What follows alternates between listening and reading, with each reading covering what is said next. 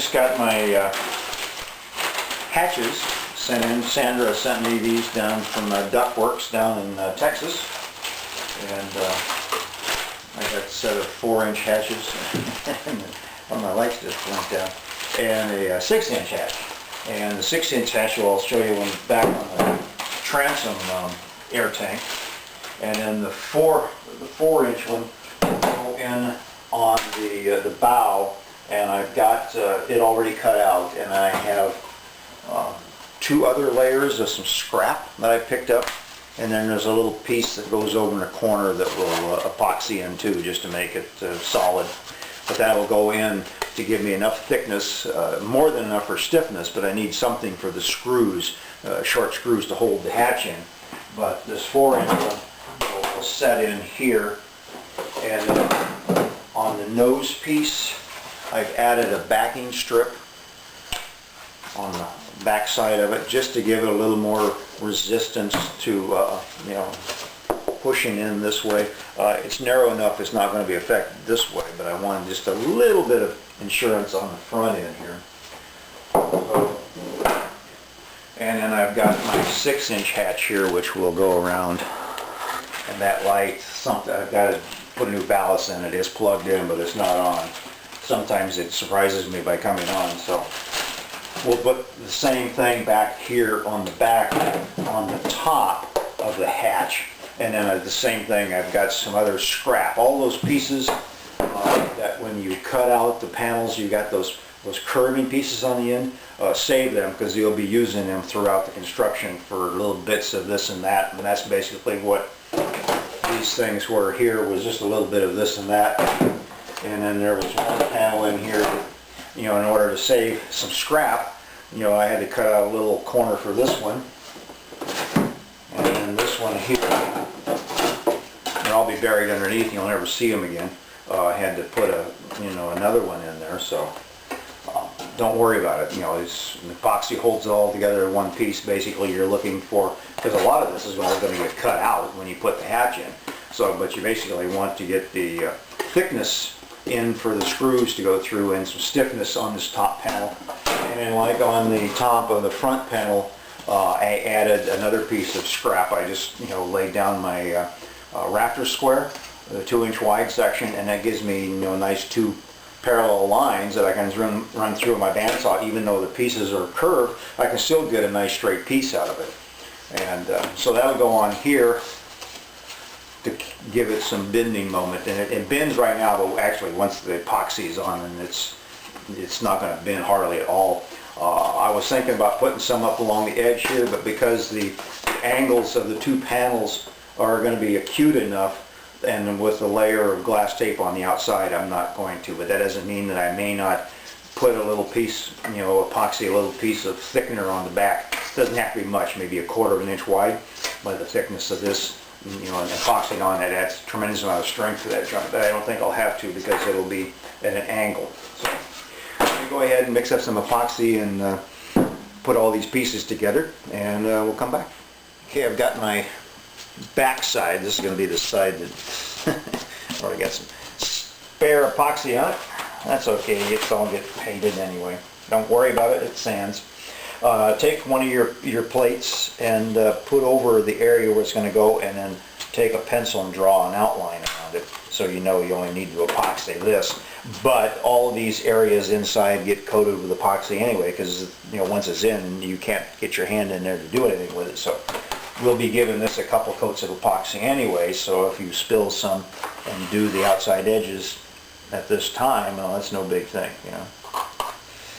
And I got some schmutz in here from the cup from doing some black LPU paint, but I'll go ahead and get that out of the way. So I might as well give everything a good coat while I'm out here. Especially we want to make certain that the edges of the plywood get a little bit of epoxy. Now we'll go ahead and put that down.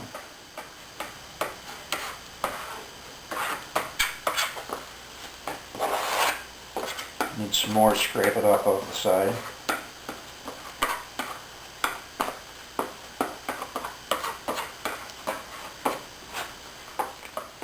thick enough I'm not going to have to do this side. It'll take it all in anyway. Give it a good coat or press. Take epoxy and come up and get some on the sides. I'm going to mix up some more to coat the face and the edges. And I'll use an acid brush for that. Okay, you get the picture. It's pretty much just more of the same. Just, mix up and butter the coats, put it down, and then I'll get some clamps now to hold it in place. I could have probably fired up my compressor and put a couple pin nails in, but the clamps work fine. I also had some leftover epoxy on this batch, so I know where the outline of the tank is because I drew a pencil line here when I did that last fit. So if you have it a little bit left over, you still got to paint the inside of the of this area because you're not going to be able to paint in there, so you want to paint it with epoxy and seal it off. I'll let this cure and then I'll give it another coat, maybe 2 more coats, completely seal it off before I put in the top hatch and then the back part of the compartment on the air tank here. So that should do it. The little pieces we laminated yesterday are all dry now, and we've got all the thickness we need. And I've taken my smaller compass and marked off the diameter, the outside of the cutout that goes through on both this one and on the one on the transom. So let me go ahead and I'm going to bore through a hole with my bracing, just a regular old hand bit, bracing bit. Put a hole through there so I can get my jigsaw in to go around. One thing you want to do when you're drilling through here is to have some scrap wood backup, so that when the bits come out on the other side, you're not tearing up the face, even though it will be covered by this. I've got another gauge here for the overall width. So, and then just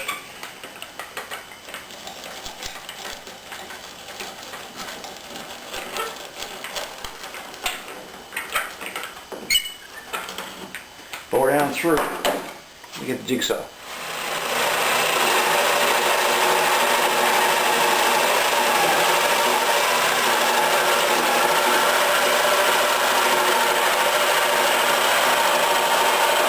I've got it set up on a fairly low speed so I can control it a little better. Well, I've got the center now. I'm going to flip it over. I've probably got a little bit of trim work on this one side over here. It come in on the when I was moving it around, but I like a tighter fit than a loose fit. Then when I put a bead, big thick bead of sealant around here, it doesn't go all in the hole. So then we'll go ahead and drill the holes for this, pilot holes for the screws, and then everything will get sealed off. We'll get another coat of epoxy on the back and especially sealed around here. And then I'll do this part later when I get it in the hull. But I'm definitely going to do another coat on this one, maybe probably 2, so I get a nice thick coat. Plus, on the inside, underneath, where I'll fit this and put a line, a light pencil line around, and then I'll epoxy the tank at least 2 to 3 coats inside before I actually go ahead and gel magic this in place and then put the fillets around it. So let me get the other hatch cut out. I've got it back in place. It looks more like an outhouse I had when I was a kid in Kansas than a opening for a hatch, but the hatch fits in nice and smooth. What I want to do now is check that everything here is level, and so I've got my big level across the hull and I've got it tied down, and then I've got my little bullet level here, moving it around so I know that this is level. And then I got my front panel in place. And so now I'll just do just a light line.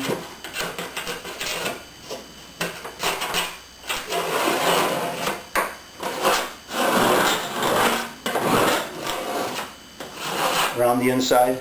Now I know where the tank outlines are, so when I mix up some more epoxy, I can start wetting out the inside underneath, and then give another coat on this thing. I've also taken my little block plane, and I don't know if you can see it here or not, I've beveled 45s in here just to true it up a little bit, you know, make it a little nicer when you put your fingers inside, and you want to feel around. If you, I don't know, I guess if you want to paint or something in here later, you're not going to get hung up on any owies. Well, I'm going to mount the hatch and the faceplate here, and I made got my center line on the other side and transposed it over, and then used my rafter square to draw a center line down here just underneath the flange, and I also added a little bit of masking tape to the outside of the hatch to give it a little less chance to move around, so that when I do put it in and drill the holes, it's kind of centered up in the opening.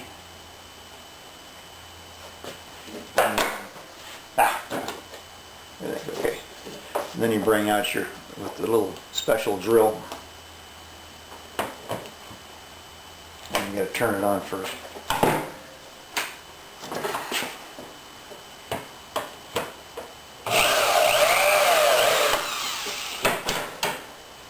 And then we'll do that all the way around. I'll put in a test screw. Well, actually not a test screw. It'll be one of the ones that'll be gone. It's a 5/8 number 8 by 5/8.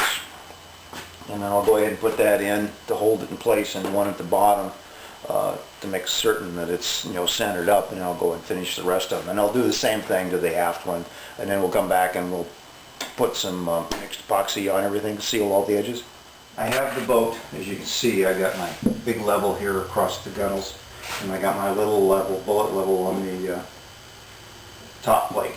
The inside of the tank and the back sides of this panel and the face panel on both ends have been triple coated with epoxy. I've used rollers. I'll spread it out and drip it on, and then use you know, just a little bit of a chunk of the cheap foam rollers, and cut that off and put it in my little roller cage, and then spread it around so you get a nice even coat. So now that I've got it leveled in and everything's fit in place, I'm going to mix up a little bit of Gel Magic. I'll come back later with the gun and one of the mixing nozzles. We'll go along and we'll put a continuous bead of Gel Magic around the seam before we put in the fillets. But right now, I just want to hold everything in place with just some little, you know, little epoxy stitches every so often and around here to hold everything in place. So I'll go ahead and mix some of that up and come back. I've got my Gel Magic mixed up in my little cup here, and I've got a little stick I've used for mixing before. It has a nice little kind of round tip on it, so I'll just go ahead and dip it in the Gel Magic, and just kind of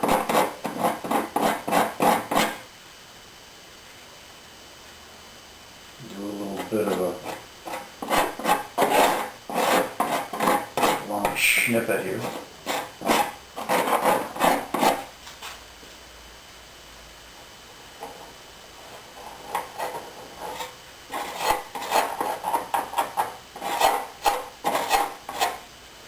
Come back with a little popsicle stick and clean it up more. Doesn't take much, just enough to hold it in place. And this stuff gets to be pretty tenacious, so I'd have to use some sort of hammer or something to get this loosened up.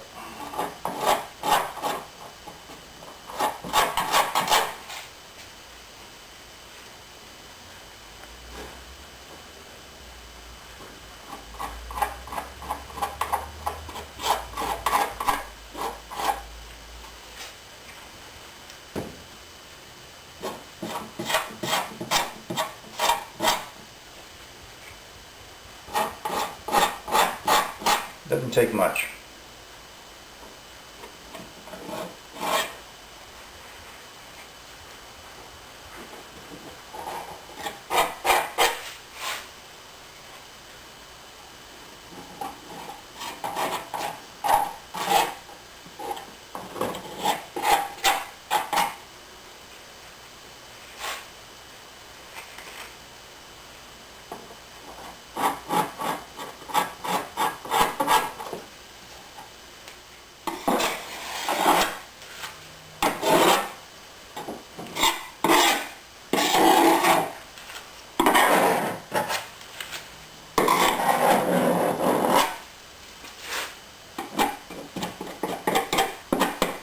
Okay. So much for the front hatch. I'll go back and do the rear one, but I'll finish here, and we'll come back when I'm doing it with the regular nozzle and the whole tube. We'll go ahead and take off the dragon or the vampire tip and put on the mixing tip, and we'll just go along and do the whole seam, and then we'll fillet it.